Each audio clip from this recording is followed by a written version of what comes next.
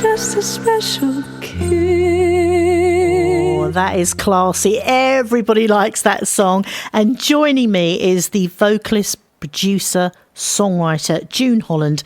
That was Mouldy Orange, and she's here. So lovely to chat to you, June.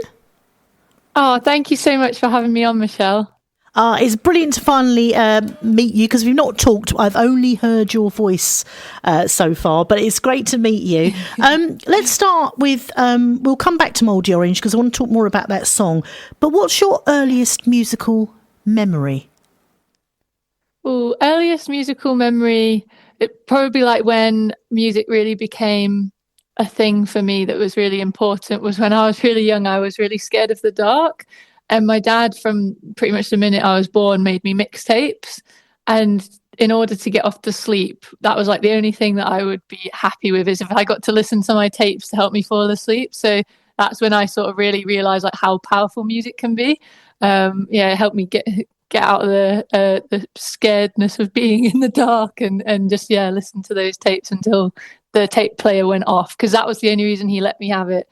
Because if it was playing all night, he'd be like, no, the electricity bills would be too high. Yeah. I was going to say, who were your influences? Were you influenced by the stuff that your dad put on the mixtape, or were there other influences coming through?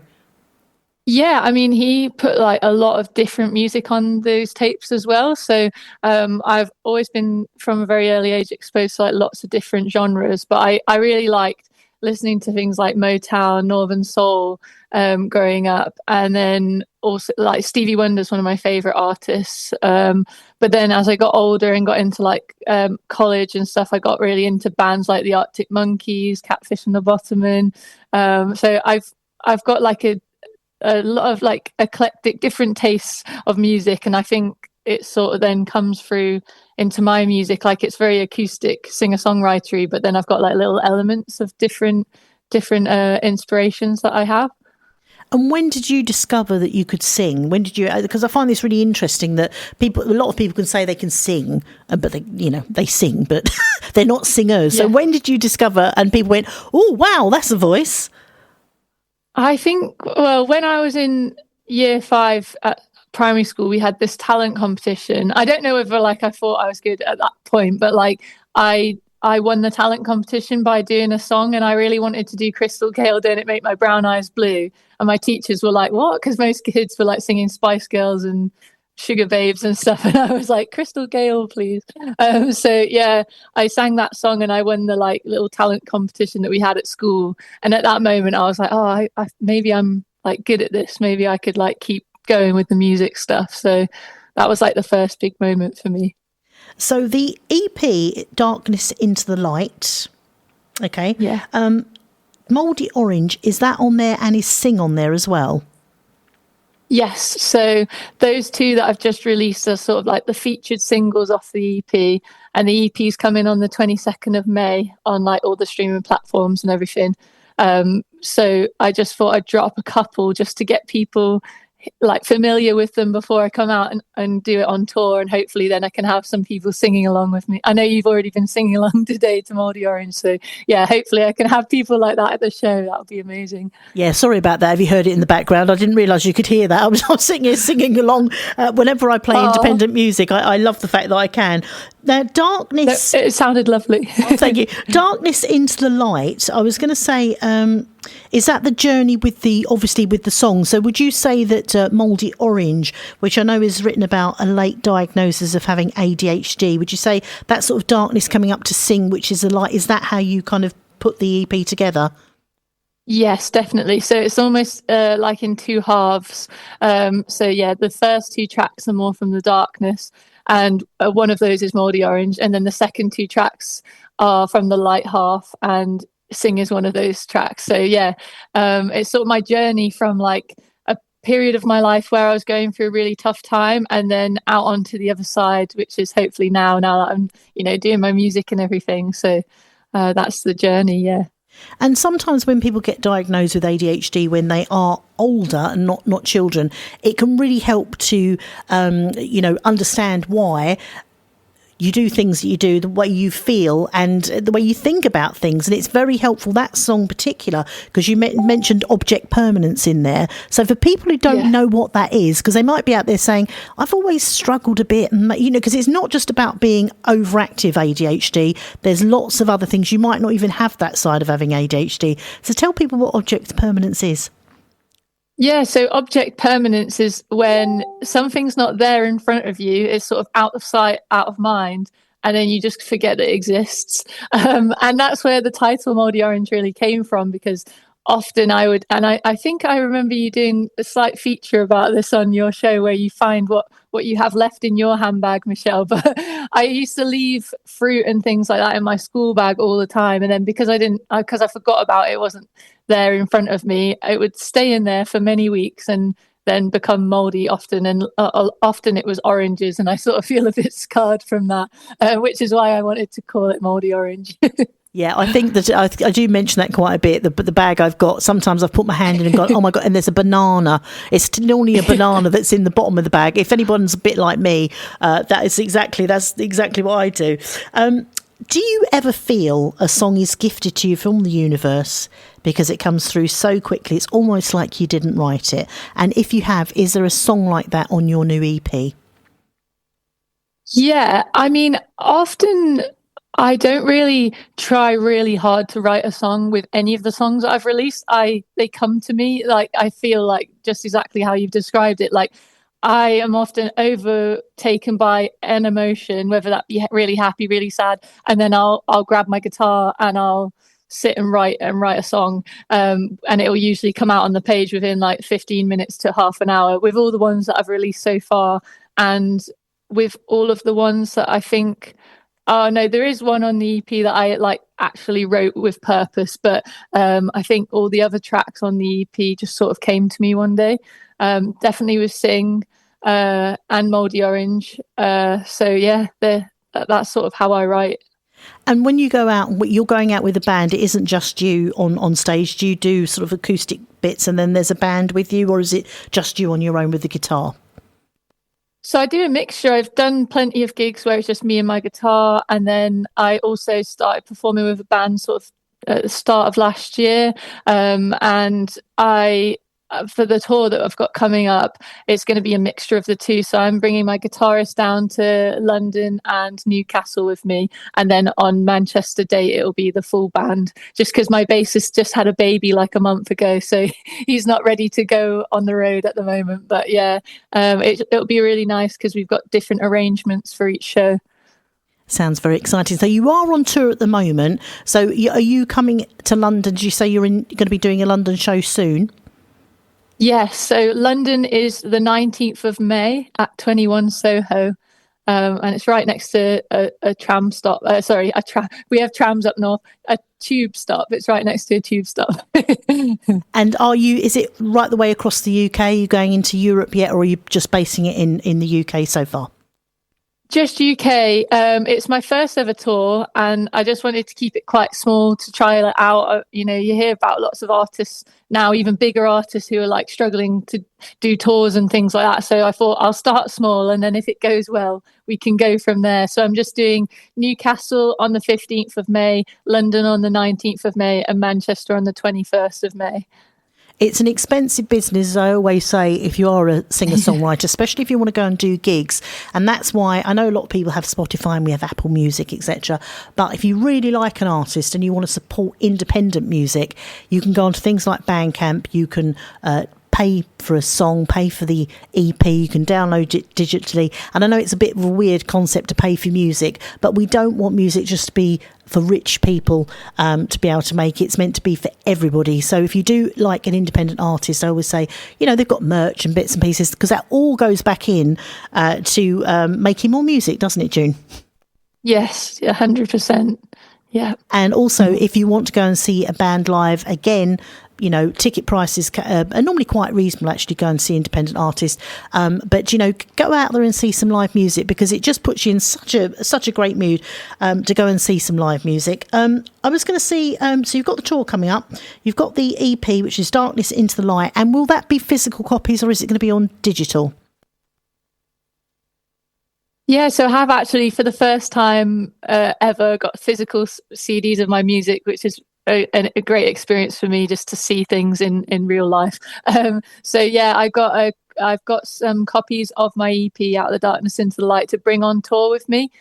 So even though it's out on digital on the 22nd of May, the tour dates are all before that date. So if you come to the tour, you can get a copy of the physical EP before the EP is actually released to the world. And it's got a bonus track on it as well that's never going to be released on streaming platforms. So just a little incentive for people to want to buy it. And what is it like for you when you get people that turn up that actually join in with your original material? Oh, it's an incredible feeling, like, to see people like singing my own lyrics. It's not happened loads of times because I'm still starting out. I'm still a fairly small artist, but it has happened. I mean, my mum knows all the words to all my songs, so she's always singing. But there are a couple of people who are outside my immediate family who have done it, and it's just such a wonderful feeling to know that people have really connected to that song, and to the point where they remember the lyrics. And yeah, it's lovely. And you are getting amazing feedback. I know that you're getting played across loads and loads of stations at the moment. So that must be really kind of like, yeah, I'm onto something here, because getting radio play and also the amount of stations that are playing you is really very, very good. Yeah, it's incredible to have the support, and I can only thank you a million times over, Michelle, for all the support you've given me with the music, because it's been incredible to be played on Phoenix and to be on the list and everything. So yeah, I really appreciate all of the support from everyone. And yeah, it feels special for this music, because I've previously released all my songs from home and done all the recording and everything from my bedroom, from this room that I'm in now. But I actually went into the recording studio to do this EP, and it felt like it really leveled up my sound quality and everything, using the proper equipment and having all the real instrumentalists play. And so, yeah, it feels special now that it's getting the sort of traction and great feedback. Yeah, because I know that you not only sing a songwriter, great vocalist as well, you do the production, so you can do everything yourself. Yeah, thank you. Yeah, I'm really proud of this music, because I mean, I always produce it all myself, but sometimes I have to use MIDI. You know, I can't play the drums, so I have to MIDI the drum. Well, I have a drum kit, and I can have a go, but I can't. I'm no drummer. But yeah, so other songs in the past have had to use some elements of MIDI instruments, but for this, it was really great because I got to go into the studio. I still wrote all the parts. I did what I normally do and basically make the songs on MIDI and all the individual parts, but then gave them to the instrumentalists, and then they played them. So it all just sounds fantastic, hearing all these things that I'd written but played on real instruments and then come together in the track it was a real moment. Yeah. I'm going to ask you a little bit of a controversial question, because I've been asking a lot of my musical guests, what are your thoughts on AI? Because we all kind of, we might use a bit of auto-tune here and there, or we might use electronic drums. So I suppose, in a way, a lot of artists already do kind of use, as you would say, AI. But what are your thoughts on AI music? I personally, my personal opinion on it is, I do not like the idea of AI being used in the creative arts.